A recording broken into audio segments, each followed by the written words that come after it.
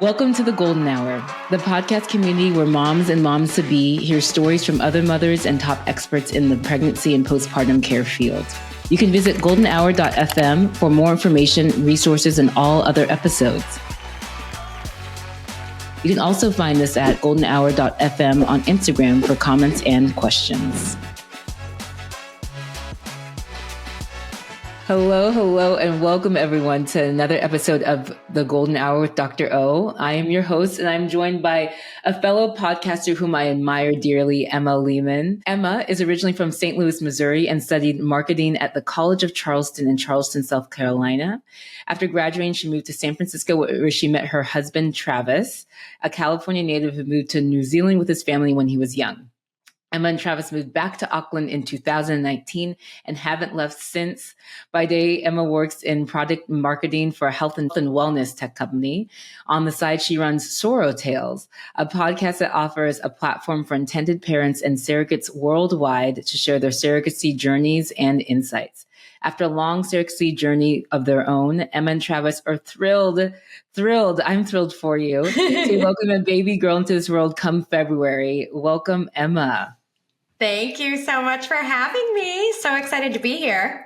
Oh my gosh, we were saying this in the pre-pod, as I call the pre-reel, that you were like my personal podcast fairy godmother. And that, early days when I started this podcast and released it for the world, rather, your husband was the one who reached out to me and said, "Hey, by the way, Emma's doing the same thing." And so very quickly I got you on the phone and was like, "Tell me everything. Am I doing it right? What feedback do you have?" And so let's just start the episode giving you gratitude for just being there and supporting a fellow podcaster.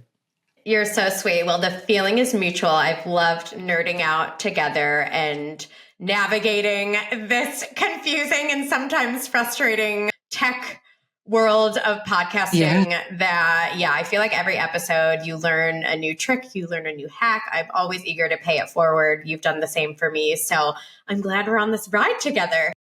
Me too. I was going to say, the growth curve is exponential. I mean, even as we started, we talked about this like new doohickey that I have that currently filters high quality. So I'm going to email you the name of that product, and we're just going to keep gifting it forward. And you can tell we're both podcasting because when we got on video, instead of being like, "Oh, your hair looks great, I love your outfit," we were like, "Oh, I like your microphone," or like, "Nice headphones. I love your background." Complete nerdydom. I know. I love your background. My current studio is also my husband's maid office. And so we share the space, which I'm grateful for.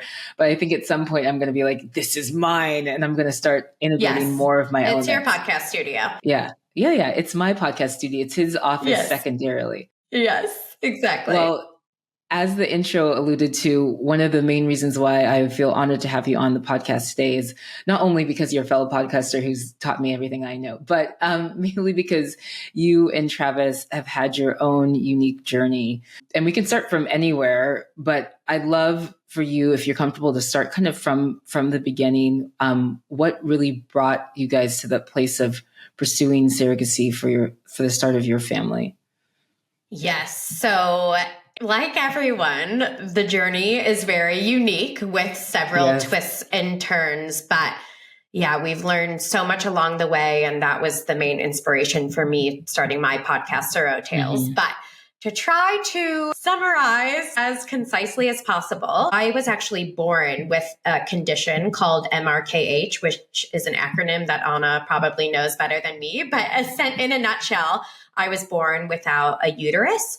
I was also born with one kidney. That, from the little medical knowledge that I have, my understanding is the one kidney is actually bigger than the average kidney, and it's a pelvic kidney. So it's further towards your pelvis than a typical kidney, which is in the back. And that ultimately hindered the development of my uterus. So my mom, when she was pregnant with me, I think they were like just starting to do some like cool savvy ultrasounds. And the doctor asked if she would be interested in doing this newer type of scan. And so she, of course, said yes. And that's when the doctor saw that I only had one kidney. And this doctor knew that there was a correlation between a missing uterus with one kidney or missing part of the uterus. So then they did further scans and confirmed that I didn't have a uterus as well. So of course it was, I think for my parents, scary, surprising, just all the emotions. But at the same time, the doctor from the get-go, assured that from a health standpoint, like I could live a very normal and healthy life, which luckily I have been able to. And I really, truly believe this. And there have been harder moments, but ultimately I am really grateful that I've known what my cards were dealt from the get-go. Literally since before I was born, I knew that, and my parents knew that my way of creating a family and having kids, if that was a route I wanted to go down in the future, would look a bit different than, the quote unquote traditional way. So that's what started the need to do a sort of alternative route for creating a family. And that in itself, I just knew as I got older, that was something I needed to navigate. So that's kind of the beginning. That's the beginning. I know there's going to be very much a beginning, a middle, and the end is going to be this beautiful baby girl. Yes. But actually a segue to probably many parts of you and Travis's beautiful epic novel that you're writing together. Back to, and I don't know if you could recall, but thinking back to when your parents kind of first shared it with you, when you were like maybe old enough to comprehend, or maybe rather when you were old enough to comprehend how it affected your reproductive potential and family starting potential. Do you remember kind of those first thoughts that you had as you processed it, either as a young woman? Yeah, I definitely do. I feel like my parents, pretty much when parents typically start talking to their kids about, the birds and the bees and where do babies come from? Again, luckily, they all knew what their cards were dealt. They knew what my condition was. I had an older sister who had normal, reproductive organs. So this wasn't really a consideration they had to, think about with her. But then when it came to me, I don't remember all the details, but I think it was probably around like pre-puberty, before I would be at the age to get my period, because part of not having a uterus, for better or for worse, which I've heard almost for better, is I didn't get my period. So, like shout out to both of my parents. My dad, I wouldn't say, was the one who was always the first to talk about all of my reproductive health, but he, of course, was super supportive, and he kind of let my mom take the reins, and she did an amazing job. And we had a great relationship with the doctor, my mom's OBGYN, who eventually became mine. And she was actually pretty familiar with the condition. I think she took a personal interest in it early on. So I think my mom made sure to talk about it pre-puberty to kind of prepare me for the fact that my friends would start getting their periods and I wouldn't. And I think, for so long, it was almost, even I remember being pretty young and knowing subconsciously, like, okay, like this won't really be an issue for me until I want to have kids. Like I even remember in high school kind of thinking like, okay, this will be a bit harder later down the road. Right now doesn't really make a difference to me. Luckily, I had a great group of friends growing up that I was open to about it. And I look back and I'm really grateful for that. And I think, we laughed our way through it. It's like, oh, I'm jealous. You don't get cramps. You don't have to deal with X, Y, Z. So a lot of times I was like, it's pretty good.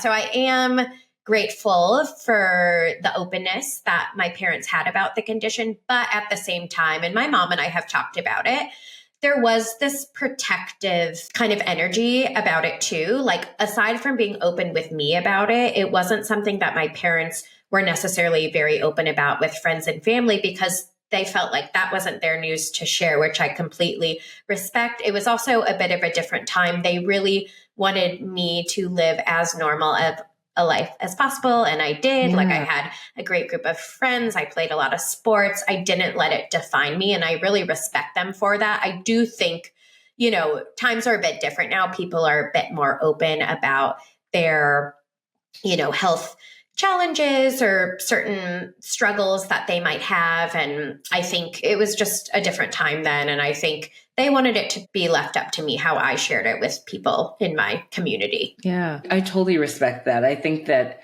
there are all these decisions that we make as individuals. Then there's the decisions that you start making in relation to your partner. And then there's a total different set of decisions you make as parents. And I won't undermine the fact that that's a whole level of decision making that I haven't even embarked upon. And I have to have a lot of appreciation for, where they're trying their best. They're being protective without being like overly paternalistic. It sounds like your parents created like a really safe space for you. Yeah, they really did. And I think it's kind of come full circle that now we've been on this long surrogacy journey. We went from, trying not to talk about my health condition very much growing up because there wasn't really a need to. And all of a sudden it's like, they couldn't be prouder that I started my own podcast about my surrogacy journey. I'm open about my health condition. And I think they're so proud and almost relieved that I've been able to lean into this and not really, like deflect and just be embarrassed or turned off by it all. Yeah. Actually, I was gonna ask, like, now, you're going from where your parents didn't feel like it was in their right to kind of share your own health condition more publicly when you're younger. And now you're like, your podcast, you're trending, girl, you're viral. And it sounds like they're really supportive even now with your podcast and your kind of really vocal stance on everything. Yeah. Oh, they definitely are. I mean, both of them and my sister and Travis's family, everyone has been so supportive. And, they listen to my podcast episodes. And sometimes my dad, early on when I launched it, he would like text me kind of like takeaways that he learned from each episode. He's like a lawyer in his 70s. And I'm like, love it. So I feel really proud. I mean, there's still moments, of course, where depending on the circumstance or the environment that I'm in, I'm not always like quickly raising my hand to talk about my missing uterus or that I'm going through surrogacy. But I do find, like so much, I'm sure you've learned by doing this podcast and your line of work, that the more you open up or see other people opening up about, a challenge that they're going through, it just opens up the floor and creates the safe space for other people to share also what they're going through, or to connect you with people that they know that are going through something similar. So, I've really have grown so much from this whole experience, and I think the biggest path of growth has been from all the people that I've been able to meet through this journey that I wouldn't have otherwise met. Yeah. I was going to say, I mean, not only is this what you said, a plug for your podcast, which don't worry, we're going to spend a lot of time talking about, but a plug for, the impetus for my podcast, and that it is just creating a space for people to feel comfortable sharing what they're going through. I think that there's so many times that we feel isolated or shame or scared or whatever it might be, like negative inflection when you're going through something and you don't necessarily recognize that there are so many other people going through something similar. And so even your story, and thank you in advance for having the courage and candidness to share it. I know, and I feel so grateful that there's going to be women out there hearing your story and having that moment like, oh God, thank goodness I'm not the only one. And it's so interesting, and you could probably even speak to it more with, patients that you see, but even through having guests come on the podcast, I've met a handful of women that have some type of condition that is either the same as mine or somewhat correlated, whether it's they have part of their uterus, they have a unicorn uterus, which I didn't even know was a thing, which is such a cool name. Other women that have only had one kidney. And I'm just like, wow, like this is sort of more common than you would think. I remember hearing at an early age that statistically MRKH, it impacts like 1 in 5,000 women, which really is more common than you would think. So there's definitely a lot of you out there, and we're not alone. That's for sure. Yes. No, but it's true. And I think that, again, your parents did such a great job of informing you, but also, loving you in their own way that felt safe at the time. But then you also had a network of friends that you felt so safe with and you're open about. But I could imagine that there are probably women with MRKH that are out there who might be living still in like darkness and shame. And so again, your voice is like, it's a light, it's a beacon that hopefully will just kind of help people come out of that and really feel more heard and it's safe in this space. So, well, thank Emma.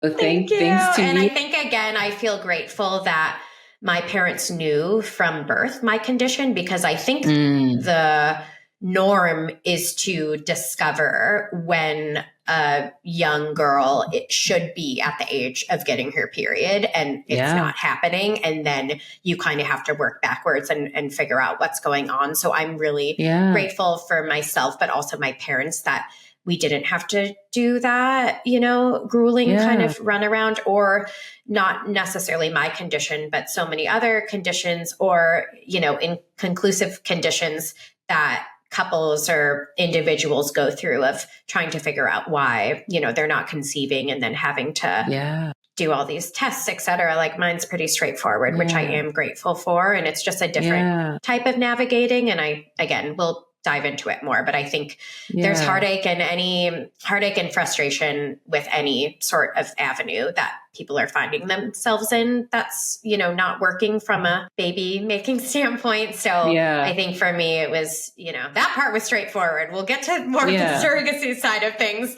that had some once we bumps dive along in. the way. Yeah. No, but I appreciate that it takes a certain level of grace and graciousness to reflect on that at least your diagnosis was relatively straightforward, that there is something to be said when your parents knew so early on, versus maybe that like emotional unrest that comes from being so surprised where everything seems fine. I put in quotes because none of us are actually truly fine. Like to be human means there's many things that are going on in our bodies, but to think that everything is, presumably fine, and then you find out at a point later on in your life, whether it's when you're trying to conceive or when you're a young woman and trying to understand where your period is, that maybe finding that out, that surprise discovery might be kind of emotionally jolting in a different way. And I appreciate you kind of reflecting on that. Yeah, totally. Yeah. Okay. So we're because you gave me this analogy of like chapters and beginnings and ends.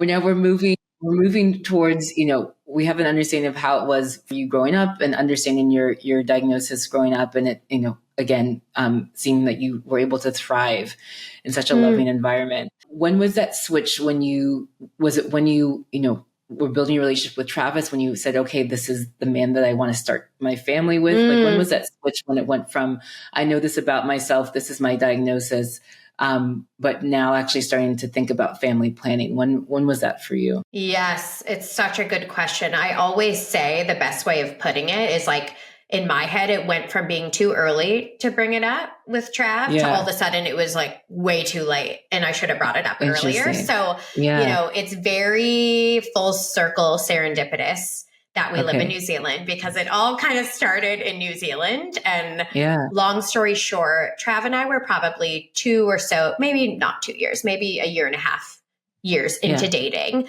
Trav is American, but he grew up in New Zealand, as Anna mentioned in our intro. He, is a wannabe Kiwi, even though I always remind him he is American. Right. Girl, I saw him at our Travis, for those who don't know, Travis and I went to college together, and I saw him at our reunion was it 2 weekends ago, and he's rocking that accent. It's so strong. I mean, that's how I know Travis, and I am here for it. That is the Travis in my heart, is like the Kiwi all the way. But like every time I'm reminded that he's actually from the States, cracks me up.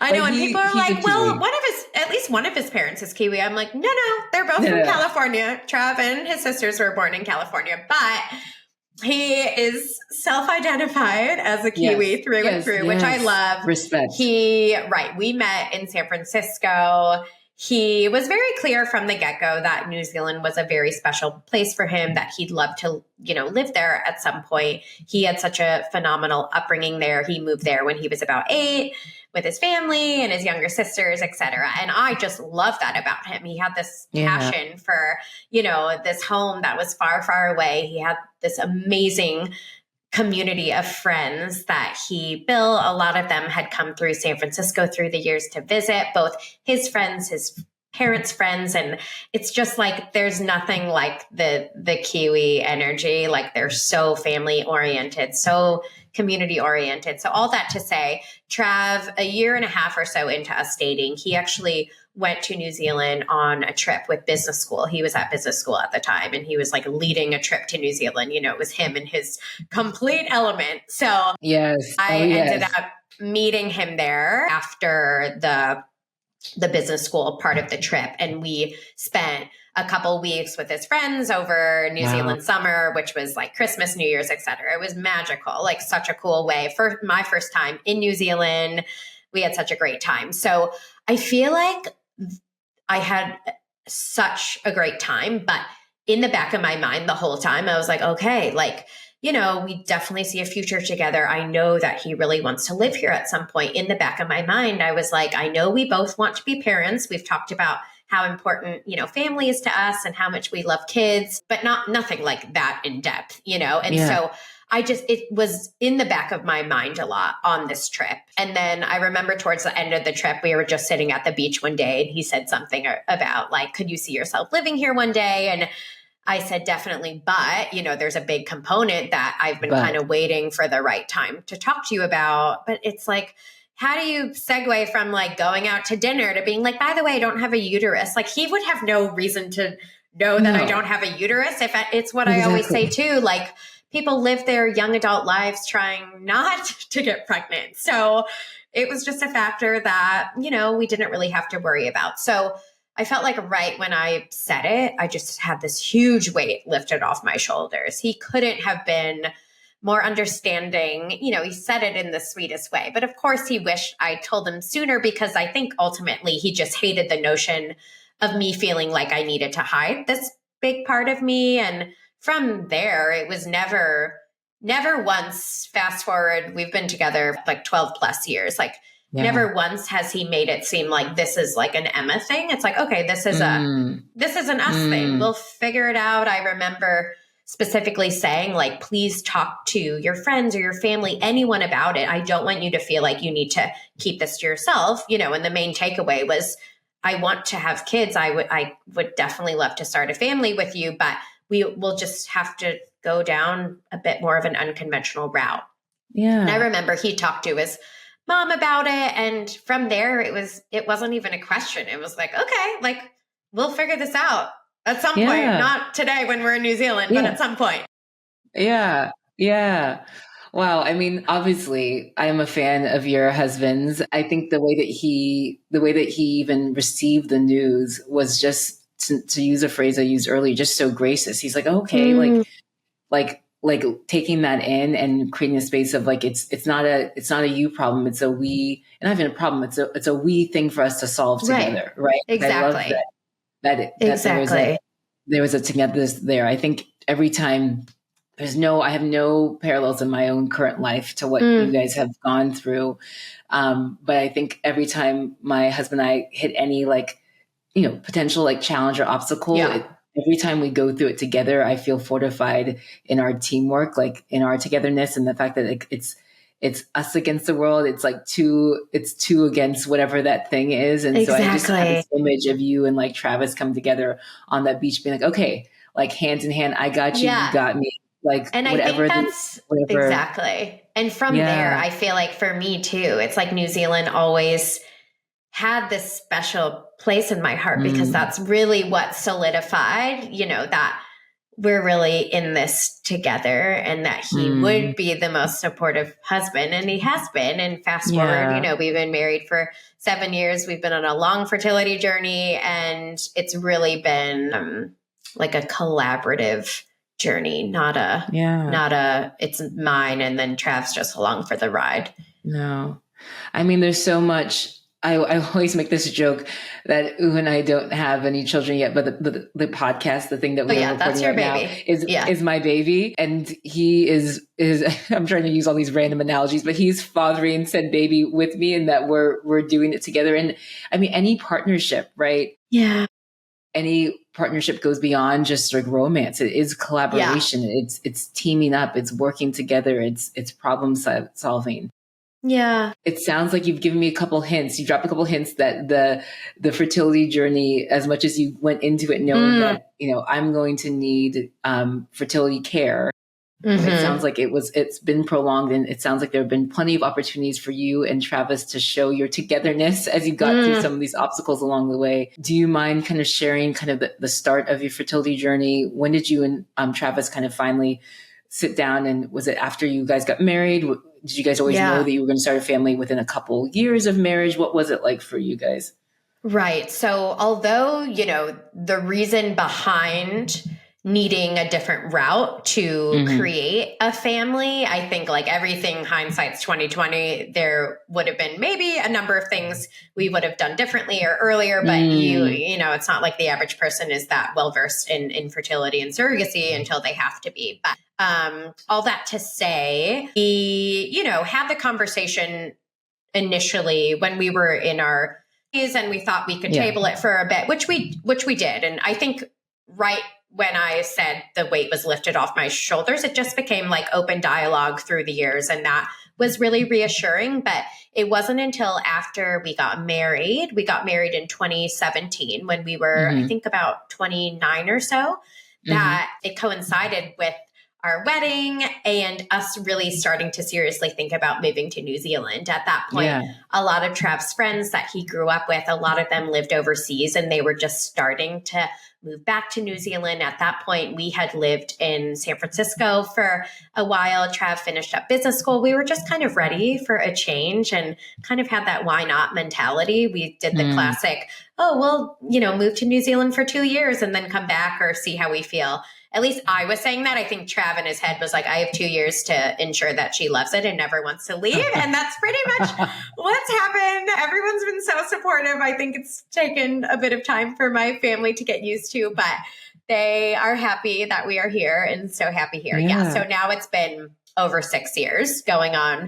Who knows? So basically, it was a bit of a saving grace, but because soon after our wedding, when we were thinking about seriously moving to New Zealand, one of my big to-do list items was, okay, well, if we're moving, let's free some embryos, right? Like if we know that some form of IVF and embryos is going to be in our future when it comes to babies, let's do a round of IVF. So again, bit of a different time, even though it wasn't that long ago. I was 29, 30. Luckily, one of my good friends from work, not luckily that she had her own fertility challenges, but she had recently gone through fertility treatment and went to a fertility clinic that was in Nob Hill, which was in the neighborhood in SF where we both lived. She referred me to this clinic. We went to some consultations and, just decided to do a round of IVF. And at the time, we didn't really talk about it that much. Like we told our family and some close friends, but I feel like if it were work these days, I would have been open about going to appointments and just putting it all out there. But I remember not telling anyone at work, not telling my boss. I would just kind of live my life, which is fine. But, I think I've just become so much more honest about everything. I wish I had more confidence to just be proud and kind of take ownership of what I was doing. But all that to say, we did a round of IVF and we were lucky that it went smoothly. Like, of course, it wasn't the most pleasant experience to have to do injections every day, but Trav did the injections for me. He got competitive with himself and tried to get quicker every time. And I think he was loving it. So that was, funny, sort of. But yeah, I do remember since then I've done a couple more rounds of IVF. I do remember the first round. It really was all consuming. All in, luckily it doesn't take that much time. It's, from start to finish, it's 3 to 4 weeks with 10 days or so of injections. But I just remember it taking up my entire life because I kind of chose that.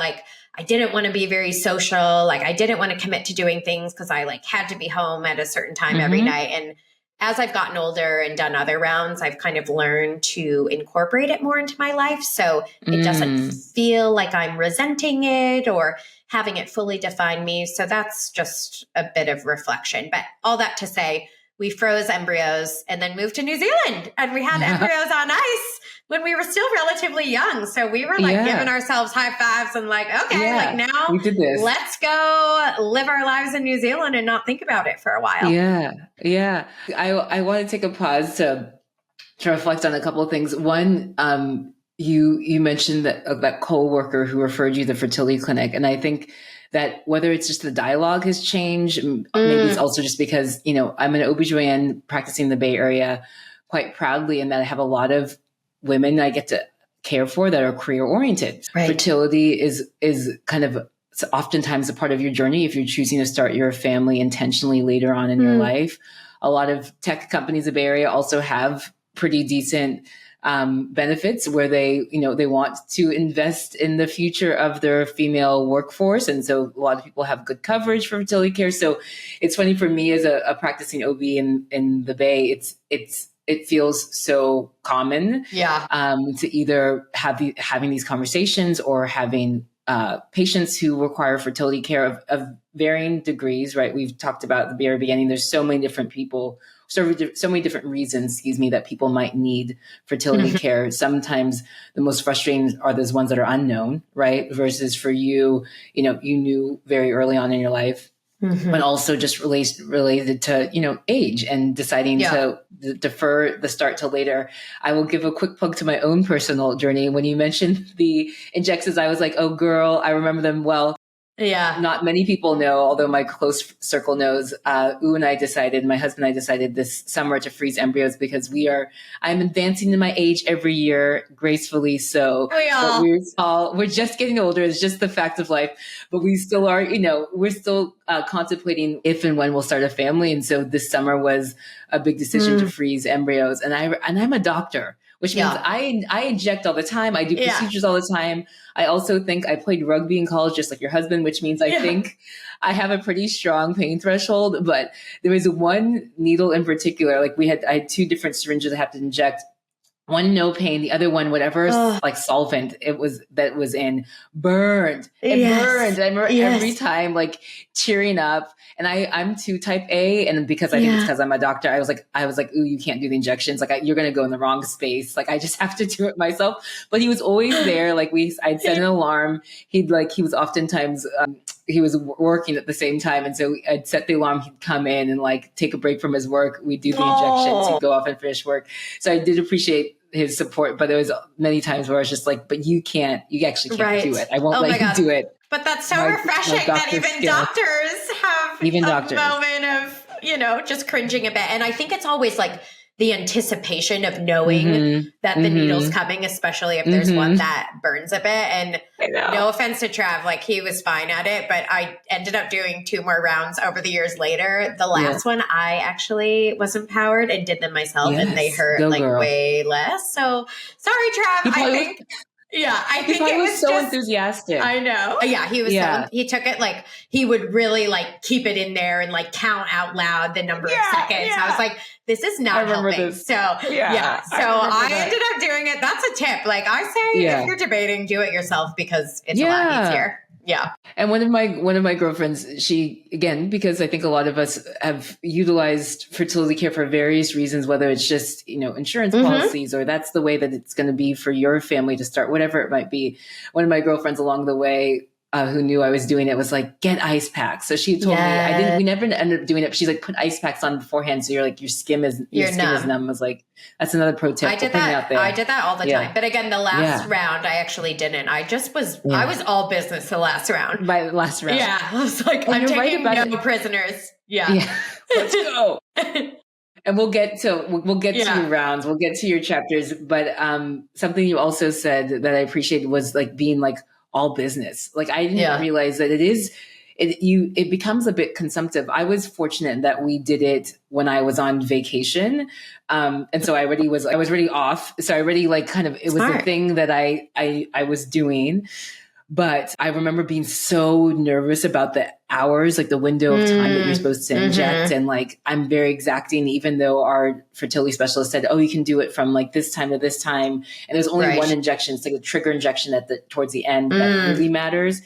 I remember once we almost got locked out of our Airbnb. It was some weird thing. I was like, oh my God, I'm going to miss my time. I was so stressed. I remember being so stressed. And I think I'm generally, when you're in the care industry, you are empathetic, you are sympathetic, but I definitely gained a deeper sense of empathy for my patients going through fertility care. Do my abs remember the pain? But the feeling of being bloated and like, I mean, all these things, like the anxiety, like you are taking a medication and you know that the objective endpoint is like a certain amount of follicles that will mature and eggs that will be taken out. And you're like, okay, like I hope that this works. Like there's a lot that goes into it. There's so many steps, and it is an analogy that's overused, but I do love it. Like it really is a marathon, not a sprint. It's like every mile marker is a different milestone or different step that you have to focus on. And you really do just have to take it one step or mile or kilometer at a time. Yeah.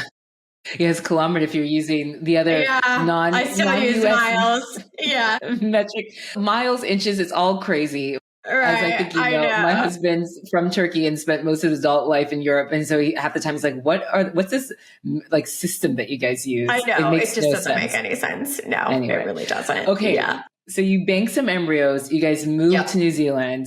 Yeah. Yes. Fast forward to when you guys are ready to utilize those embryos. When did you guys finally know that it was time? So this is, a component where everyone can relate to. We had a year in 2019 of living it up in New Zealand, and then 2020 hit, COVID, lockdown. New Zealand, we were really shut off from the world, for better or for worse. We were able to live relatively freely for a lot of COVID, but we weren't able to leave the country. We could explore New Zealand a lot more. We spent a lot of time with our friends in New Zealand that were starting to have kids or had kids already. And that's when the seed started really planting of let's at least start exploring what it would even look like to, have kids basically. And all along, I think primarily because we were in New Zealand, surrogacy did seem like an avenue that made the most sense. A, because we had embryos. B, unfortunately, adoption isn't very prevalent much at all in New Zealand. I think it's partially because it's such a small population that if there is a child that can no longer or was decided that they weren't going to be with their immediate family or the mother that gave birth to them, they often go to extended family members. I've always been really open and loved the idea of adoption, but because we were in New Zealand and I unfortunately knew that it's basically, you could count on your fingers how many children are adopted, I just all the more thought that surrogacy would be the route for us to go down. So the initial question was, what are the differences between doing surrogacy in New Zealand versus the States? That took a lot of researching, a lot of Googling. It was also COVID. So it was really like, what would be the easiest route to take? And frankly, beyond just like health and emotions, financially was a big component because surrogacy can be extremely expensive, especially in the States. And so all of that to say, we specifically had a family friend in New Zealand who was a family lawyer and had some familiarity with New Zealand surrogacy laws. And although there are some complexities around it and some dated laws around it, it is accessible from a financial standpoint. It's a lot more affordable here. And also we were here, we weren't even like technically allowed to travel to the States at that point. So we pretty much decided like, okay, let's give it a go in New Zealand. And this was, I think, 2021 at this point. Okay. Yeah. Okay. And then, Go ahead. No, I was going to say, so it sounds like it started off with just groundwork research of, is it going to be adoption versus surrogacy? And then is it going to be surrogacy, in New Zealand versus the States? Once you guys kind of narrowed it down that it was going to be surrogacy within New Zealand, what was that process like? And I'm sure, give a little plug to SurroTales, I'm sure some of that process was what inspired you to create SurroTales. I know that sometimes my podcast was born out of my frustration with like postpartum and pregnancy care in the US. What was your kind of surrogacy journey like at that point in terms of finding the surrogate and et cetera? Yeah, definitely. And this is what I alluded to earlier, that partially hindsight, we probably would have done certain things a bit differently, but all that to say, like, I've learned so much and, whether I like it or not, knowledgeable about surrogacy in two countries now. But New Zealand surrogacy, it's an altruistic model. So there's no commercial component to surrogacy. And commercial can sound like really like ick, but it pretty much means there's no payment involved with surrogacy.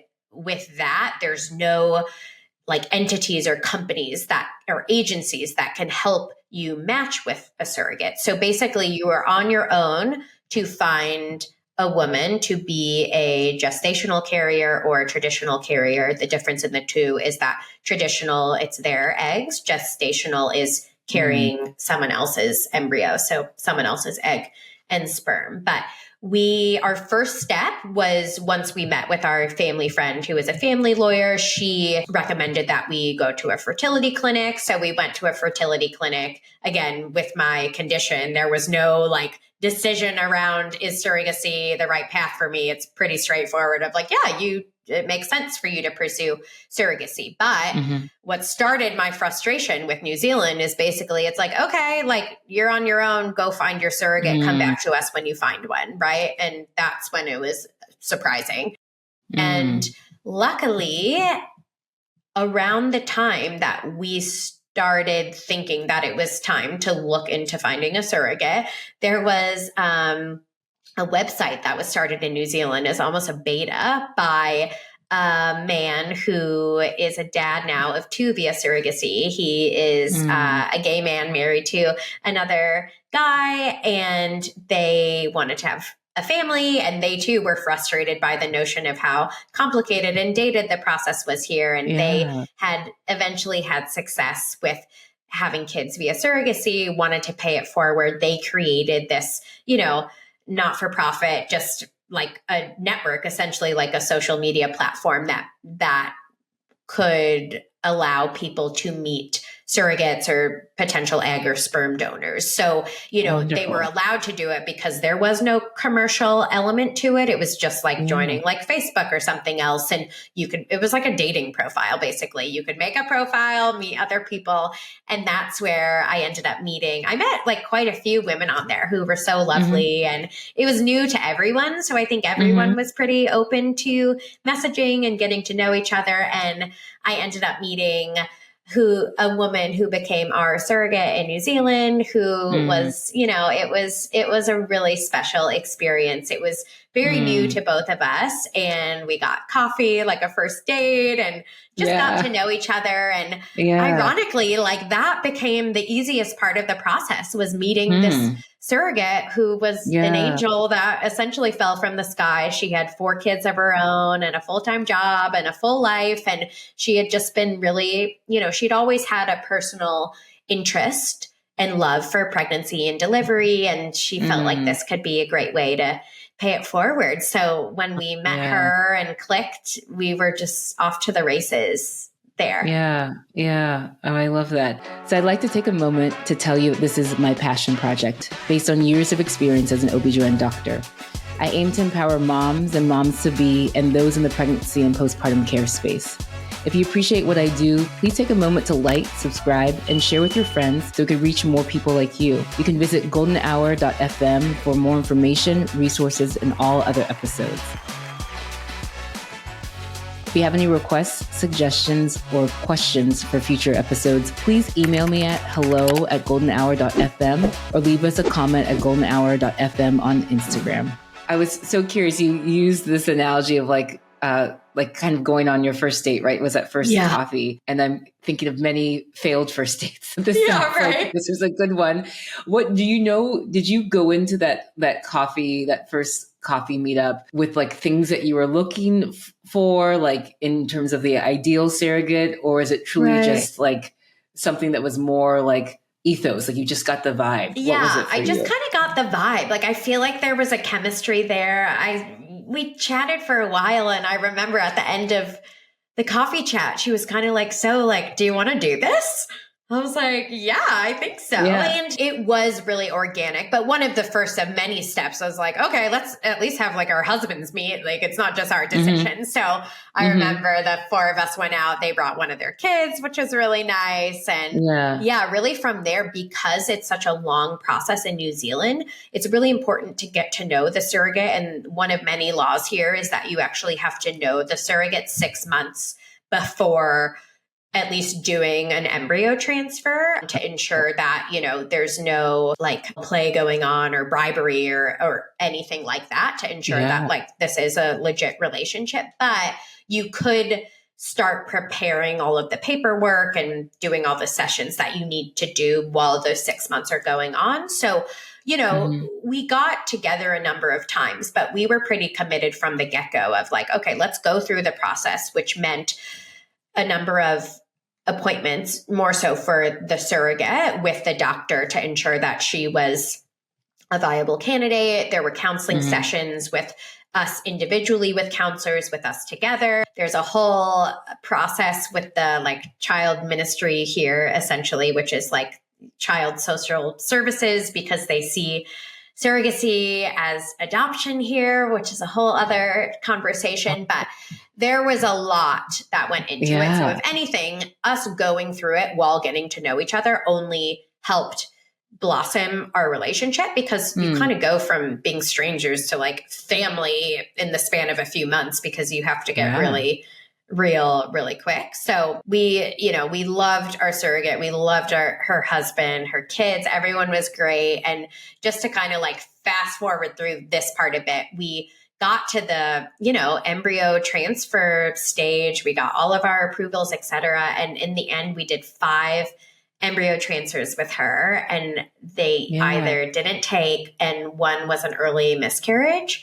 So we were all just pretty stumped as to why it wasn't working. I think, unfortunately, our surrogate was like the most stumped, because she had had such straightforward pregnancies. And I think, which made me so sad, because there's already so much guilt you have to navigate with surrogacy, even though they don't want you to feel that way. I just had this underlying guilt of like, oh, we're like putting her through this. It's so hard on her body, emotionally, et cetera. So, you know, nothing bad happened by any means. Like, we're still close. We still talk. She still checks in on us and vice versa, but it just didn't work. And it got to a point where we had a hard conversation with our doctor, and he pretty much said like, you know, I think it's time to look into other options. So that was tough to swallow, but it almost, I knew, was like what I needed to hear to just know that it was time to try something new. Yeah. I mean, I can only imagine. You mentioned your own guilt. I think, again, my phrase for you and Travis, this whole process is truly just you're gracious people, but you talked about your own guilt of putting someone through this. But I'm sure on your surrogate's end, and not that saying anyone should actually take on any guilt, because I don't think anyone involved was guilty, but I understand that that's like a human quality that we take that on our own. But I can imagine her going through her own emotional journey of wanting to help your family, wanting to do something for you and Travis, and every, you know, failed transfer was for her, I'm sure, like her own kind of blow. Right. I can only and imagine. She was so generous and gracious with her time. Again, mom of 4, full-time job. She made this her top priority. It was incredible. And I still think back, and I'm just so amazed by her strength. And like almost every failed transfer, she became more and more motivated. And that was so reassuring in some ways. But then that's when the guilt really set in of like, or it's okay if like, it's just not meant to be. We know how much you want this for us, but like, it's okay if it doesn't work. And I don't want you to have any guilt around that. So we did, you know, I remember we went out to dinner, just the two of us, and talked about that. I think it was time to try something else. And it was really, really hard, but I think it was healing for both of us over time. We're still in touch. Like, I have so much love for her and her family. We get together. Sometimes she's so excited for us of, you know, where our path is headed. So I don't have any regrets when it comes to that. Of course, there's guilt that I have no control over, but it's just part of our story. That's part of your story. I know. Yeah. I'm going back to this dating analogy where it's like the first meetup with coffee, and then it's like the dinner to end it. We're like, The we're better off horrible as friends, breakup. but like I know. a mutual. It was a mutual Yeah. end, Yeah. and still clearly you guys are both in each other's lives and both loving and supporting each other. But I think And that I speaks to always just say she is the perfect example of the kindness of strangers. I mean, it's something that yeah, I now hope to carry and pay forward yeah, and like raise our kids to be as kind as possible, because mm, it really is the most selfless act for any surrogate, but especially when you're not getting paid. So yeah. No, she just totally. blew me away. Yeah. Yeah, I mean, I think that I'm sure you and Travis have had plenty of time to reflect over these past couple of years and process the highs and the lows, but that piece in of itself, like recognizing the selflessness of strangers, I think especially when our world feels so chaotic and like it feels like a lot of bad things are happening, sometimes you just need that like a sliver of like Yeah. hope and happiness, that like in the ebb and flow of good and bad, there's actually more good. There's more good Yes. than bad. There are good people out there with gracious hearts and giving spirits. And so Yes. I I think love that you I'm said that. grateful. Yes, because Yeah, that was one of my main motivators of starting the podcast. I'm like, there's so I'm much sure. sadness and darkness going on in the world. Surrogacy, yes, there's some challenges that go with it, but it is such a beautiful representation of the kindness of people, these modern Mm, families coming together and kind of, going through all of these challenges together and getting to hopefully this happy ending. And I was just like, we just need more happiness in the world. And I yes. really felt like, oh, a platform that could share these stories and give people hope and a reminder Mm, that, people are kind inherently. Like it just makes all the difference. yeah. Amen, sister. We're on the same page. We're on the same Yeah. page, girl. Okay, so we're moving along in your epic novel. Yes. This is so So therapeutic for me. I'm like, I feel like I'm in like a really nice therapy good. session. Good. Let's do it. I've been told Yes. I also have a soothing therapy Yes, voice. you So do. I'm You gonna throw it totally do. on. Yes. So unfortunately, 5 unsuccessful Mm. transfers with your initial surrogate. Did you and Travis kind of take an emotional pause? Did you guys kind of go right into like the next phase? What was it like for you? Mm. Yeah, I remember. I mean, he begs to differ, but when it comes to surrogacy, especially, he's very pragmatic and level headed, and he just took everything in stride. And it took me longer to wrap my head around what the hell do we do now? And, Mm, I think because so much time, or at least I felt like so much time had already gone by, in some ways I wanted to pause, but in other ways, I felt more rushed than ever of just finding that solution.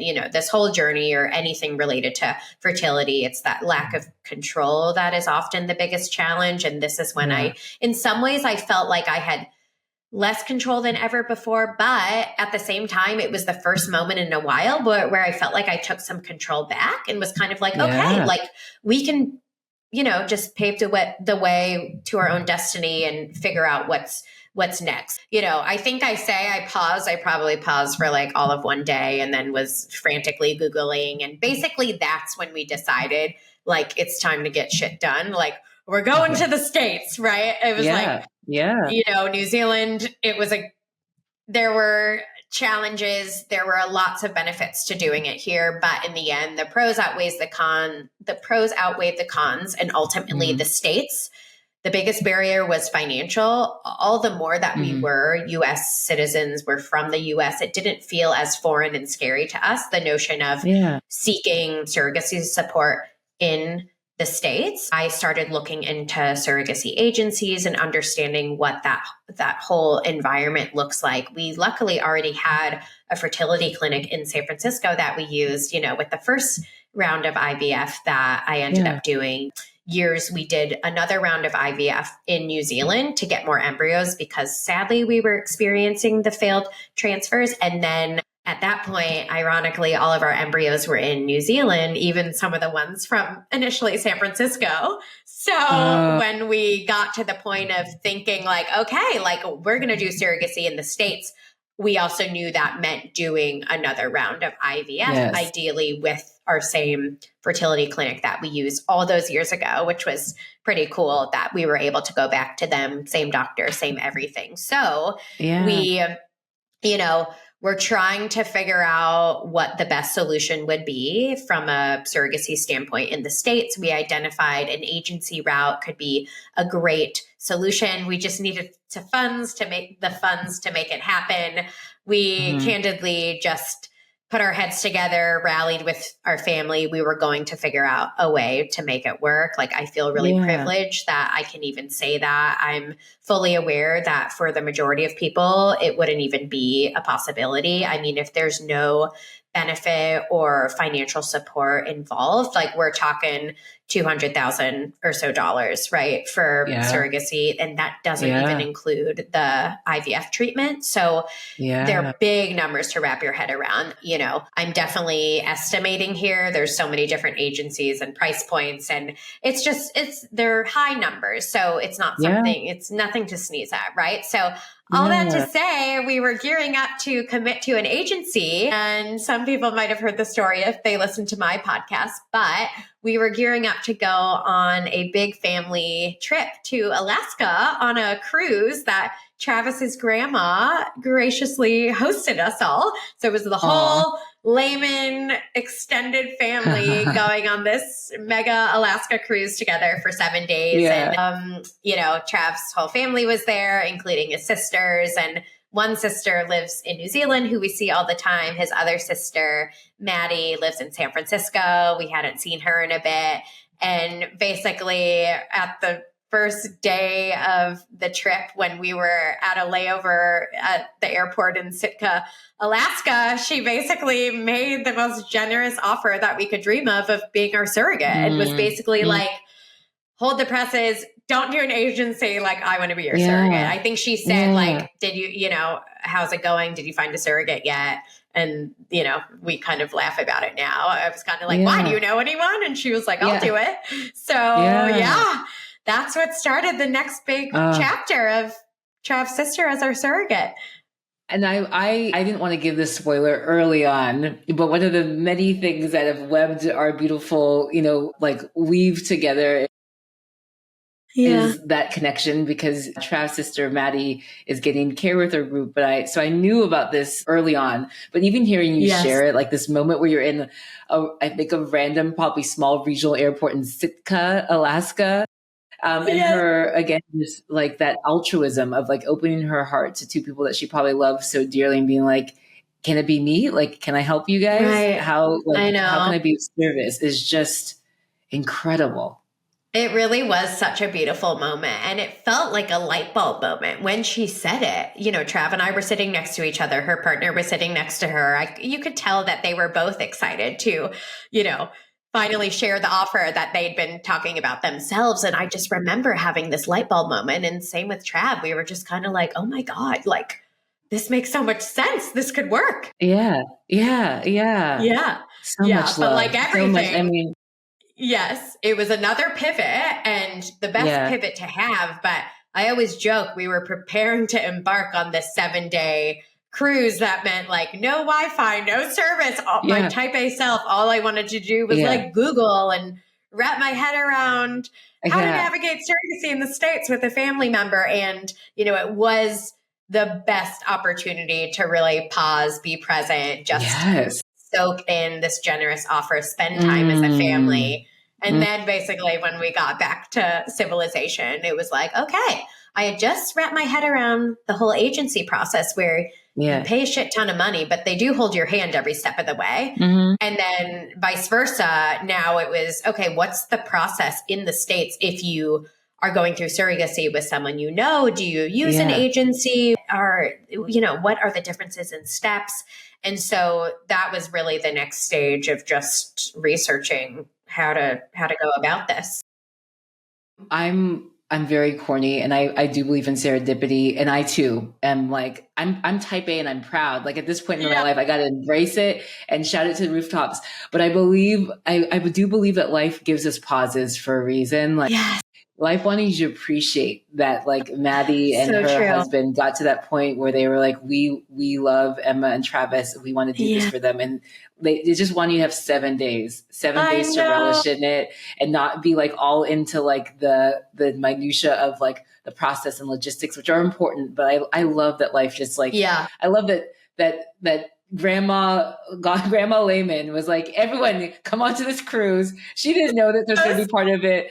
But it was just like everyone like Wi-Fi off, phones disconnect. We're on this cruise. Let's relish in this moment. Exactly. I've heard it on a different podcast. I'm pretty sure it was surrogacy related or fertility related. And it, you know, was a quote around the power of the pause, which I have come to love. And it is really true. Whether you are, you know, it is self-inflicted pause more often than not. It's out of your control, but there is beauty in the pause for sure. And that was just what we needed. And then when we got back, it was, I'll go. So I would love to, we can get into details because, you know, I want to sit in those details with you. Yeah. How was it figuring out, like you just like started to figure out like surrogacy agencies in the US, then you pivoting to now being able to have a family member be your surrogate. What did that like research process look like? Did you go to your fertility team for as a resources that you found online that were really helpful? How did you figure out where to go next? Yeah, it was such a good question. Luckily, I had started putting the pieces together and getting a few primary contacts from different agencies that were kind of on our short list to go with, as well as we had already gotten back in touch with our fertility clinic at that point. We had already been connected to a surrogacy lawyer as well. That was actually through a family friend. It was someone my dad went to high school with, as just a total side note, like talk about, just random connections coming through. So if I remember correctly, I reached out to a couple agencies and said, do you provide support for independent surrogacy arrangements? That's what they call, non-commercial surrogacy, or mainly just, surrogacy arrangements that are done with someone that you know or not through an agency. So at least the agencies I reached out to, they were pretty quick to say, we don't handle independent surrogacy arrangements because their bread and butter is really the matching component of helping you find the surrogate, who the surrogate is ultimately like employed by the agency. They're getting paid by, like through the intended parent, but like through the agency, they have a full contract, et cetera. So that at least was helpful to know. I'm sure there's some agencies out there that also have some type of independent offering. We asked our fertility clinic and the lawyer, and they pretty much confirmed that you really just need a lawyer and you need the fertility clinic. If anything, they said, look, if there's agencies out there that do it, you don't necessarily need to work with an agency. It'll just be more money, frankly. Like you need the lawyer to arrange the agreements that you need before the transfer and, from pregnancy on. And of course, the fertility clinic that oversees the whole fertility treatment of, the embryo transfer to the gestational carrier. So that was what we needed to hear. And then you just kind of had to swallow like, okay, like there won't really be anyone holding your hand. There was support from the clinic and lawyer, but, not someone who you're paying $200,000 to help you. Well, yeah. So trade-offs. I mean, exactly. I was getting saving $200,000, thinking about this beautiful baby girl's her college career. Maybe she's gonna get some like MBAs, some PhDs. Who knows? The sky's the limit. Right. So it's great. It's great. It's all going to her. We'll save this for another time. Exactly. Yeah. So from there, and again, like I just feel so lucky that we already had that contact at the fertility clinic, the same doctor from years ago. I remember we got on a Zoom call with him of like, remember us? We were the crazy couple that moved to New Zealand. Like we still live here, and boy, have we had a journey. So he was super motivated to help us. He was excited that it was an independent arrangement. It was Trav's sister. He really was reassuring of like, yes, don't correlate the failed embryo transfers that happened and assume that it's going to happen again. It's kind of like a fresh start, fresh uterus. Like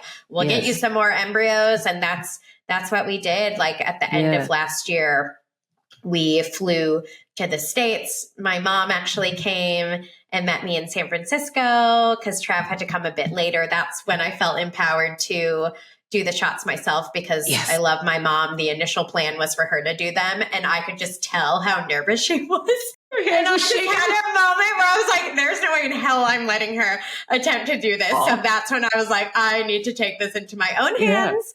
That's what I did. Trav, like a week or so later, because he also has a very important part he has to play in the embryo making. Yeah, he is. Yeah. And then it was like, ironically, we had like a lovely time in San Francisco and to just kind of like reminisce about our days in San Francisco. It was around the holidays. It was my birthday. So we really made the most of it. I kind of made a promise to myself, what I alluded to before. I wasn't going to have this IVF round take over my life. I was going to catch up with friends. I was going to celebrate my birthday. I was just going to spend time with Maddie, really live in the moment. We did some injections when we were out and about, and it just made the whole process just a lot easier for me. It went by a lot quicker. It's funny. I always tell this story that leading up to this round, I was so determined to as much as I could, which is very little control, to get a successful outcome. I was like doing acupuncture and taking all the supplements and, we did get a good outcome. And I remember our fertility doctor, who's a straight shooter, I said like, oh my God, like such a great outcome. Like, do you think it's because of the acupuncture or like everything I was doing? He was like, we just gave you a lot of drugs. Damn it. Okay. Yeah, he too was determined to have this be a success. Yeah. But he was like, it wasn't the acupuncture. It was like all of the hormones we gave you. Yeah. But you know what? To be honest, I fully believe I am too a straight shooter, just like your fertility specialist. But I believe in a powerful placebo effect of self-care. Like I think when people feel empowered and they feel like they're doing things to enhance the process, I think it does something. Like again, like it does. I'm all about science, but I'm also a little woo-y and like spiritual. And that like there is something about like, hey, I'm doing things that like just make me feel better. I think acupuncture really does make people feel better. I think supplements probably have a role in something. And so if it doesn't cause harm, more power to you. And of course, like he wasn't discrediting because, I think you would know, but there are studies around the benefits of acupuncture. But he was like, it wasn't all because of the acupuncture. Yes. I too played a part in this. And so did all those hormones. Full of really good drugs. Yeah. So from there, so that was towards the end of last year. And then it was really all go. Like we got the embryos.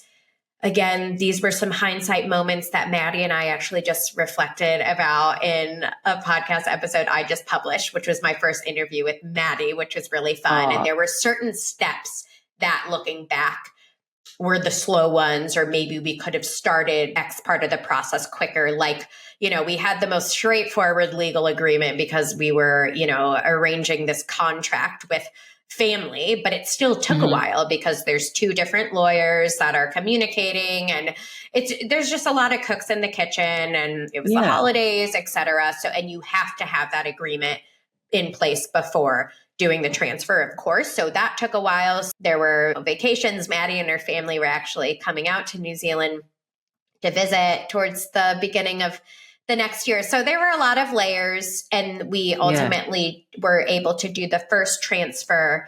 I think it was in April or May. I'm pretty sure it was April. And we did the first transfer.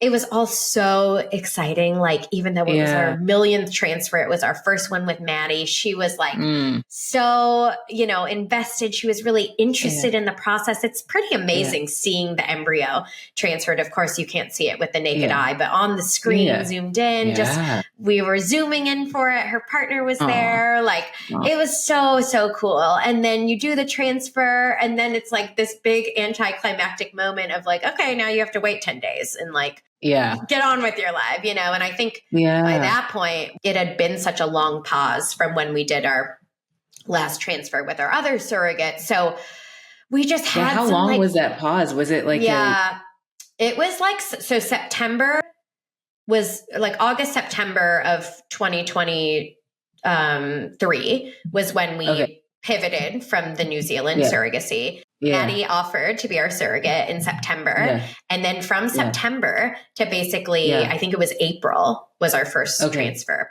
September to April, full of paperwork, appointments, like we did IVFs, you know, some parts of it, we could have done it differently, I think, especially the legal component of just like pushing that forward quicker. In the end, it also was a blessing. Maddie didn't need to like take any medication when she was in New Zealand to prepare for the transfer. Like she could just be present and enjoy her visit here. And pretty much it was like a day or two after she got back from New Zealand, it was like all of her preparation appointments to, you know, prep for the transfer and taking all the medication, et cetera. So we did the first transfer. We did, even though we had done it so many times, like we put so much pressure on the transfer, or at least like Trav and I, we will admit, like we just thought it was going to work. We were like, surely it's going to work. Just like give us this, you know, and like we were so hopeful. And then we, like so many times before, got the news that it didn't work. So it was disappointing. It was a blow, but the attempted optimist in me sort of was like, you know what, like it almost would have been annoying if it just worked. Like after all of the blood, sweat, and tears in New Zealand, if it just would have been smooth sailing. It was a reminder that like this is a process statistically, it's like a 35% chance of an embryo taking that is like genetically tested, which ours are. So, and it might be a bit higher than that, but it's just a reminder that like, it's a numbers game, like it's science, it's medicine, like, you know, like I think it just smacked us back into reality a bit in a good way. Right. And then the beauty of the States is like, they don't like the power of the pause. So my doctor was very much like, it's fine. Like, I don't even worry about it. This happens all the time. He was like, we will make this work.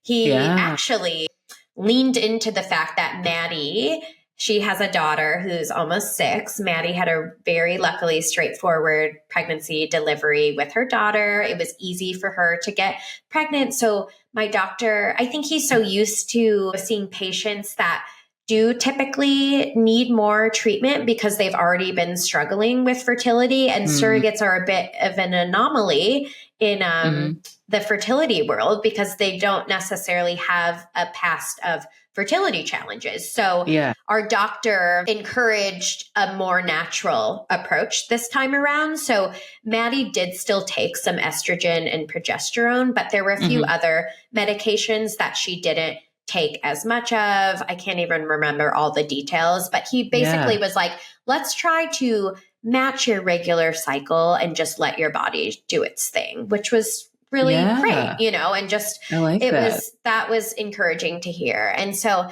I think that time around, it was really just like a few weeks later, it was just like more mellow. Like, I think we just were reminded like, okay, this is still a process. Like it could not work. Like, let's just try to take the pressure off of it. I think we, you know, it wasn't completely new for Maddie anymore around like what to expect in the transfer. And all that to say, you know, we did the second transfer. We waited the 10 days. Even the 10-day wait was more bearable. We actually hardly even told anyone about the transfer. That was just my own coping mechanism of people are so sweet and all they want is to be there for you. But I just found over time, like, the less people I told about the transfer, frankly, the less people I had to like share the bad news with if it didn't work. And that was just my own protective mindset. So anyways, we hardly told anyone. We like told our family and that was it. And then lo and behold, the transfer days later, baby, finally worked. And that in itself, looking back on it, like I think Trav and I were both in meetings because of the time difference. And it was this whole like chaotic moment of like, what's the news? And then we found out that it was like a big fat positive pregnancy and we just couldn't believe it. And Maddie was like, I knew it. She was like, I knew it would work. Like, I got you. So fast forward to now, we are at the 24-week mark. Yeah. Yeah. Ooh. So she's 20. I got so chills like 6 once months you're over in. the halfway point. Yeah. As an OB, I love when you're over the halfway point. Yes, It's a great point to be. You guys that had makes your me anatomy so ultrasound. happy. Yes. Yes, we Yeah. had the anatomy ultrasound. One of the many steps that we didn't initially think about was like, all we've known are fertility clinics. Like, what happens when we quote unquote graduate from the fertility clinic? Yeah. So that was around like 8 to 12 weeks. And Maddie was like still relatively newer to living back in the Bay Area. She used to live in LA and a few other places, and she was in the Bay Area, and she wasn't super familiar with OBGYN clinics there because she had her daughter in LA. And then all of a sudden we're like, crap, like we have to find a doctor. We don't live there. And then Trev, I joke that he seems to have all of the like female fertility, women's health hookups between his sister. Yeah. And then he had the light bulb moment of like, oh my God, like my friend Anna from Stanford, my rugby mate, is a OBGYN in the East Bay, close to where Maddie lives. So of course I was like, you need to email her right now. Yeah. And that's what he did. No, I love it. We went from like shooting the boot, which for people don't know is a very like rugby thing you do post games. And I'm a little ashamed of it, but it's also very much part of the rugby culture. Fast forward, we all grew up and mature and we have professional jobs. And no, I remember getting that email from Trav. Like I have this bad habit of like reading emails in bed where like my alarm goes off at 6:30 in the morning. I'm like, I'm not ready to get out of bed yet. And so I popped open my Gmail on my phone. I saw this email from Trav. I was like, yes, I can help someone. I was so happy for you both, obviously, but also like, you know, I feel so honored to work with a team that I do. I'm so dedicated to our group, and we have really built like, I think, a wonderful practice. And so when someone like is looking for a great OB in the area, like I'm very biased, but I really do think our group is one of the best. Oh my God. We've had such a wonderful experience, and it did feel like another serendipitous moment, all the more that we don't live in the States anymore, navigating or relearning the complicated American healthcare system. Like Maddie was reaching out to OBGYN clinics, like they weren't taking new patients. It was really overwhelming. And then for him to have this light bulb moment, I think he was talking to, he reached out to Britt, who was on your podcast, who's also a female health doctor. And, you know, it just kind of was this moment of like, oh my gosh, like yet another amazing person from our community that is reaching out to help us. And you got us, you know, you encouraged us to reach out to the clinic. We got in straight away. You explained all of the benefits that your clinic has, both midwives and doctors. And that was really exciting for us. So yeah, we've been patients now since we graduated from the fertility clinic. We've gotten the best care. We always love saying that, you know, we're friends of yours, which puts a big smile on everyone's faces. So we've been in such great hands, and we're so grateful. And I'll let the audience know I did not pay you to say that you've gotten great care of the group, but it really is true. It's an honor. I mean, hearing your story, I have like a deep appreciation again for what you and Trav have gone through, and so many people who set out to start a family and have different, you know, roadblocks and bumps along the way. I think for me as an OB, I oftentimes sit in a lot of spaces of elation, right? That pure joy when the baby arrives, and like fast forward to when this baby girl finally gets to join us. I cannot wait. But I also sit in those moments of, you know, going from one loss to the next, or something that goes awry within the pregnancy, or, hey, we've been trying to conceive for a couple years now, what's going on? And those are the moments that I find the most humbling, right? I always say it's so humbling being a human caring for other humans, but it's also the part of my job that I feel so honored to do in terms of helping people navigate from those lows to their highs. And so now you and Travis and Maddie are in that high. And remind me again, I know you've told me, when is your baby girl's expected arrival? What's the baby girl expected February 24th. So one of the many fun logistic, you know, that we have to go through is we don't live in the States. So we are, you know, long story short, we will be going to the Bay Area for, quite a few weeks. And we're so excited to be back in our old home. Maddie is in the East Bay near the clinic. We're actually another example of like gracious, in this case, again, strangers, friends of friends, having a spare place essentially in the East Bay for us to stay indefinitely. Wow. They said we would never accept rent. All we ask for is to hold the baby from time to time. So again, that was hanging over my head of like, oh my God, where are we going to stay for, this long, like staying in an Airbnb for like weeks or months on end, like it adds up. So we have a place to stay in the East Bay. Like our family will be there. We'll eventually go to St. Louis where my family is. We'll do a little baby tour before heading back to New Zealand. And, most importantly, Maddie, she's 24 weeks pregnant now. She feels great. She always says she feels bad that she doesn't have more updates for us, but she basically is just living her life as normally as possible because she feels great. She has like a tiny bit of heartburn, which she also had with her daughter, but that's pretty much her only complaint. She looks fantastic and she has been easy breezy, which we are so thankful for. So we are planning to get to the Bay Area towards the beginning of February. We'll just kind of like nest a bit and just hang out with Maddie. Hopefully we'll get to see Anna a good amount too. I hope I get to see you guys. I'm going to just barge into your lives. Don't worry. Yes. I will come. I'm excited. Oh my God, please. That's like part of the benefit of going to your clinic. So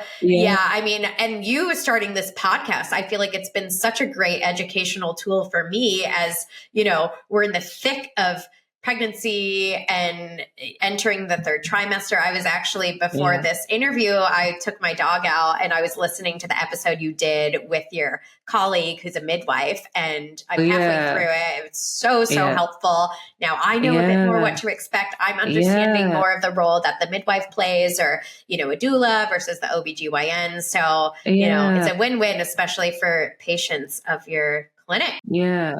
Oh, you're so sweet. No, I mean, so much of this podcast not only is just to have conversations like what we've had over the past hour of how rich your experience is. And again, like I very humbly am sitting here. I've learned so much from just your candor. And I can only imagine, again, the women at home who are being touched by your story and motivated and inspired and healed by it.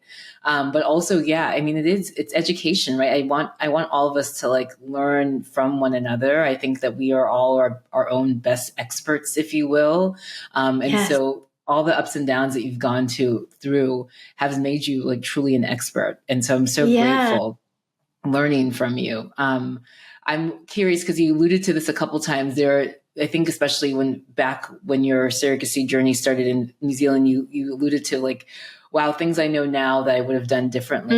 As you reflect like on now these couple years going through this, what are some of those things that you've either would share right now to women or families that are about to start their surrogacy journey or on their surrogacy journey that like, gosh, I wish I knew that then what I know now?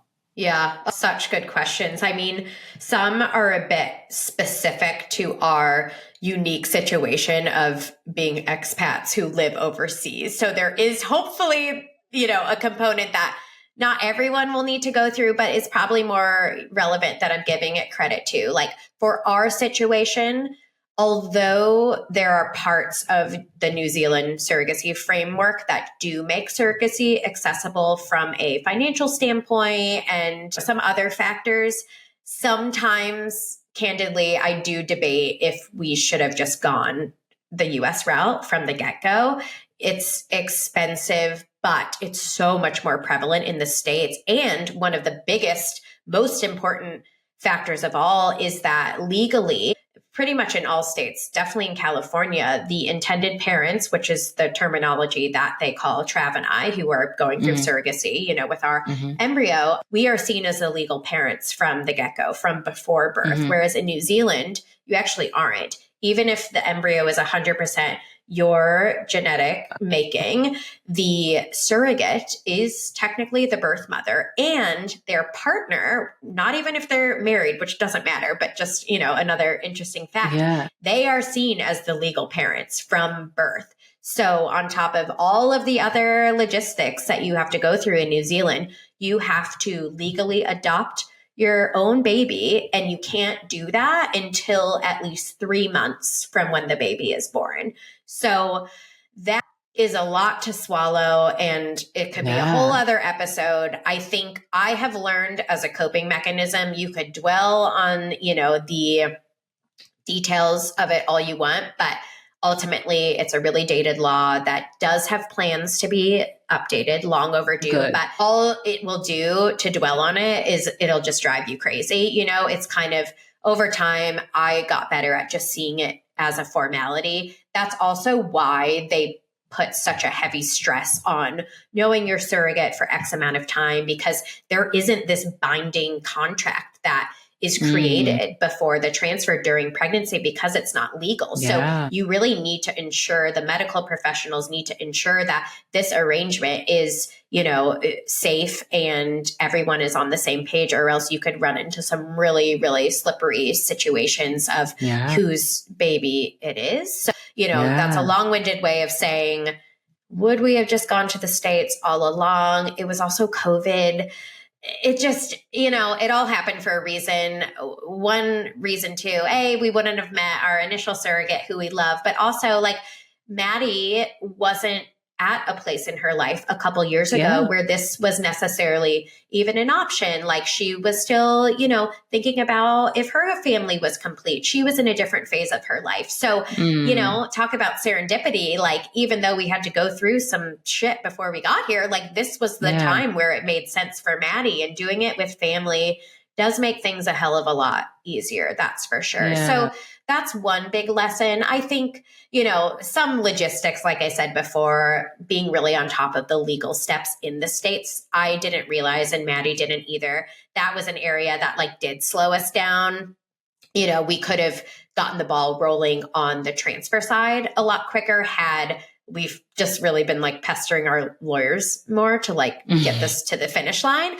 But I would say more on a personal note, and this came with just being in this journey for quite a few years, is I would have been a lot more upfront early on with my community about surrogacy, and almost, it just came with maturity, but just worn it as a badge of honor, and wore this identity with pride. I was pretty timid about it at first. I didn't really say much. We were still pretty new to New Zealand. I was just forming my friendships and community here. I always said, and I still feel this way, I don't want this to define me. But now I feel more of I want this to be part of what defines me, not the sole definition. But I think that's big advice to everyone. Don't be ashamed if your fertility journey isn't the quote unquote norm.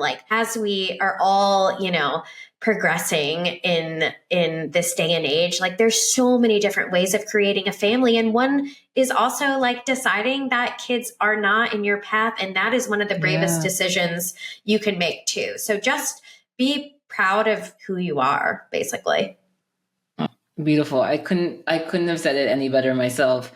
Fellow podcaster, that was so well said. And so much of your story that I reflect on is you very humbly remark on these serendipitous moments that happened, right? And I think that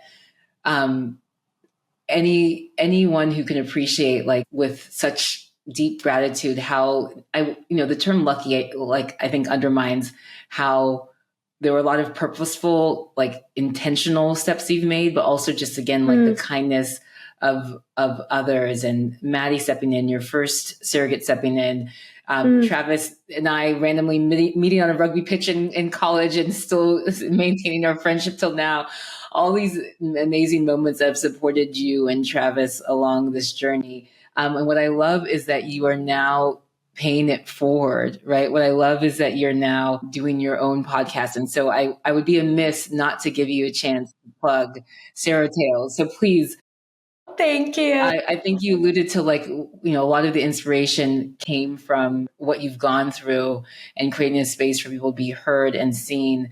But please tell us about SurroTales. Yes, I'd love to. My favorite topic to another fellow podcaster. So, I'm a big podcast listener. I love podcasts. So it's a great way that I learn. I think I learn best through audio and listening. And as we were deeper in our surrogacy process, I just was really craving a resource to not only learn from when it comes to surrogacy, but not feel so alone in thinking that I was the only one going through surrogacy, because I know that was so far from the truth. So although surrogacy is becoming a lot more prevalent, especially in the States, I wasn't really getting that feeling in New Zealand. I've come to learn that there are many more people going through surrogacy in New Zealand, but it is really difficult to meet others going through the process, especially because there's not agencies here. There's like a few Facebook pages that do have lovely communities, but there's nothing formal about it. And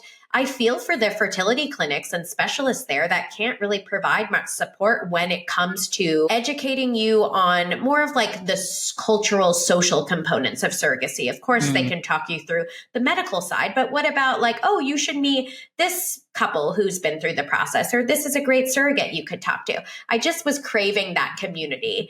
And then also what we touched on earlier is also just like providing some hope to people going through the process that have hit several bumps in the road. I started this podcast when we were kind of at the thick of the bumps. And in some ways, it could have been a tough time to be going through it. But in other ways, for me, it brought me so much motivation, so much joy, because not one person that I interviewed said, yeah, we went through surrogacy. It was like the most straightforward experience of my life, and I have zero complaints. Everyone had to make one pivot after the other. And it just was it is such a phenomenal way for me to meet other people from across the globe. I've interviewed people in New Zealand, in the States, in Australia. I'm starting to meet more people in other parts of the world. And it's really all about not so much educating people on like the science and medicine besides surrogacy. I'm going to leave that to Anna and her colleagues to do. Mine is all about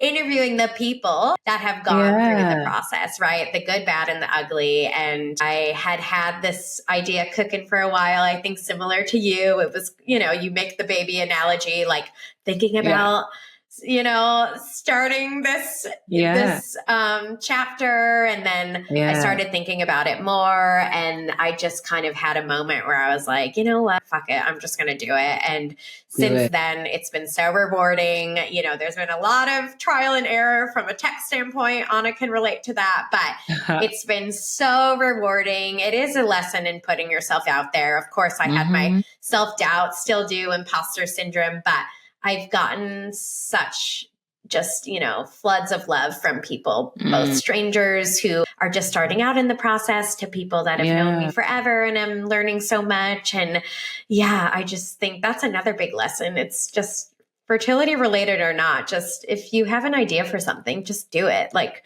just give it a shot, because you never know what you'll learn and how much you'll grow from it too. Yeah, exactly. And I think you said this a couple of times about paying it forward, but I really do think that the best versions of ourselves humans interacting with humans is passing something or paying something forward. Like my favorite Dr. Martin Luther King phrase, I taught myself when I was like young. I nerded out and I read a bunch of his like speeches. And one of his speeches was, I can't be who I ought to be unless you are who you ought to be. And it just alludes to the fact that like you need to be at your best in order, and I need to be at my best for both of us to achieve something together. It really is this like idea of like collaboration, togetherness. Like so much of my life, with the love I have for my husband, with the work that I do, caring for patients, it's all around like us working together, whether it's working together to help someone like start a family, or working together to help a mom figure out, what do I do now that I have this newborn, like life feels so crazy or chaotic, or working together, for everything beyond and in between. And so I love that concept of people coming together and helping each other. Like so much of your story has just been like one person after the other showing up. Yeah, and that's just, it's so powerful. That's beautiful.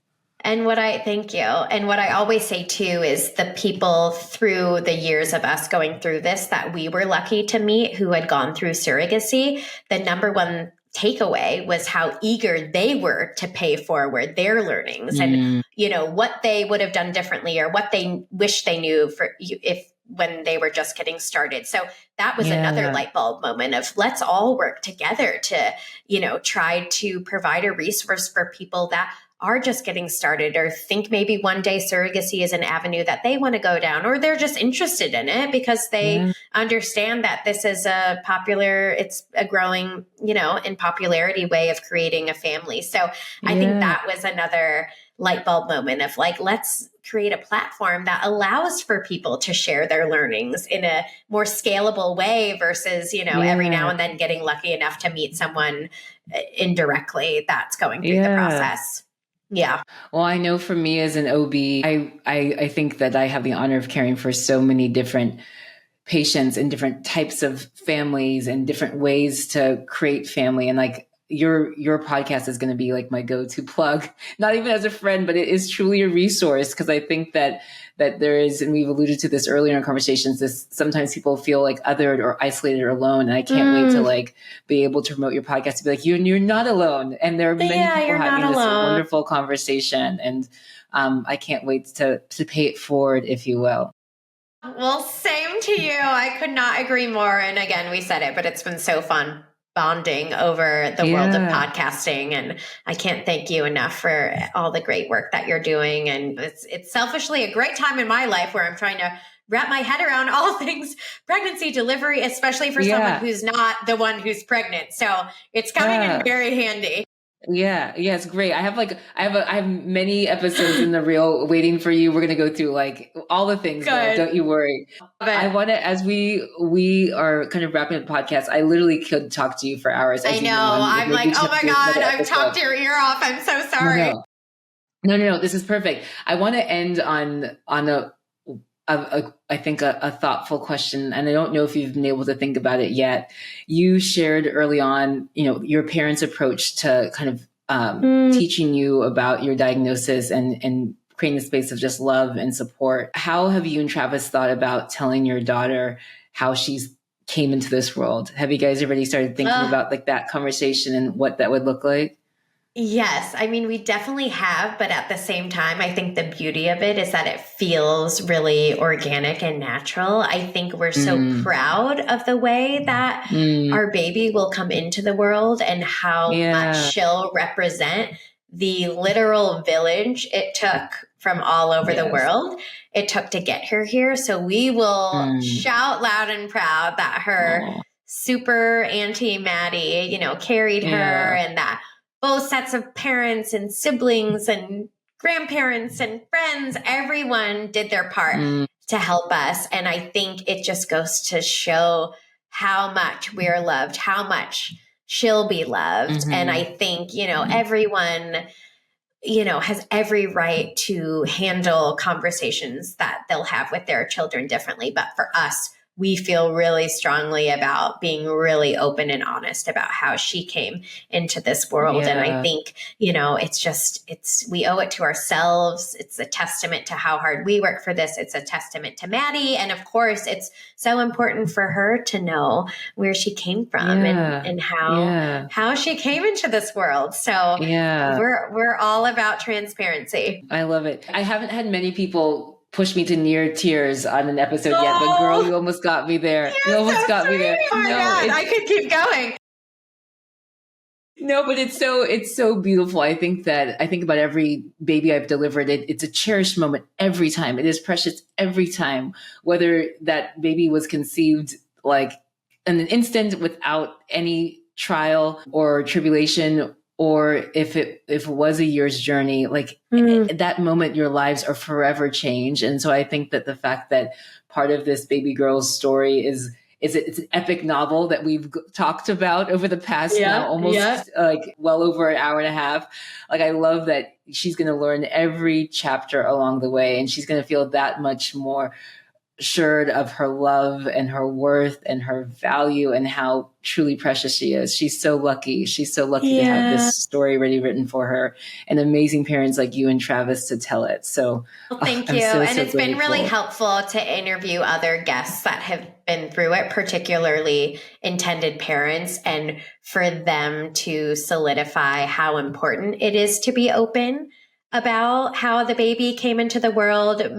More often than not, the surrogate becomes part of their family if they weren't already in their family. And the surrogate has such an important role in the child's upbringing. And I think that was such a great example for me to follow and to just really admire of how much that can really shape the child for the best. Yeah. Yeah. Well, Emma, this baby girl is so well loved. I'm deeply invested in her, not only just because of our connections that we already had, but just the stories that you've shared. I already envision all the members of her family, whether it's biologic or, amazing people that you've connected with in New Zealand, who are all here for you and Travis. I have to be respectful of your time because I know that you're in New Zealand and I'm talking to you like in the middle of your workday, I believe. You can tell how hard I'm working today. I could keep going. No, it's great. I should probably let you get back to work, but seriously, Emma, like from fellow podcaster to fellow podcaster, but just from woman to woman, you amaze me. I'm in awe of you and your resilience and your patience and your graciousness through this all. So thank you for opening up your heart and sharing your story with us today. Thank you so much, Anna. It's been so fun, and I can't wait to see much more of you in the coming months. Yeah, I'm going to knock on a clinic door and be like, "Hey guys, it's me." Good, bring it on. Yeah. Bring it on. I'll try to be a little more subtle than that. But yes, I look forward to seeing you. We don't like subtlety. Bring it on. Okay, great. But in all seriousness, I look forward to seeing you guys in person in a couple months and giving you guys all big squeezes. But thank you again for joining us. It's truly been an honor. I've loved it. Thank you. Thank you very much for listening to The Golden Hour, the podcast community where moms and moms-to-be can hear stories from other mothers and learn from top experts in pregnancy and postpartum care. If you enjoyed this episode, please take a moment to like, subscribe, and share with your friends so we can reach more people like you. You can visit goldenhour.fm for more information, resources, and all other episodes. If you have any requests, questions, or suggestions for future episodes, please email me at hello@goldenhour.fm or leave us a comment at goldenhour.fm on Instagram. Looking forward to seeing you in the next episode. Until then, stay golden.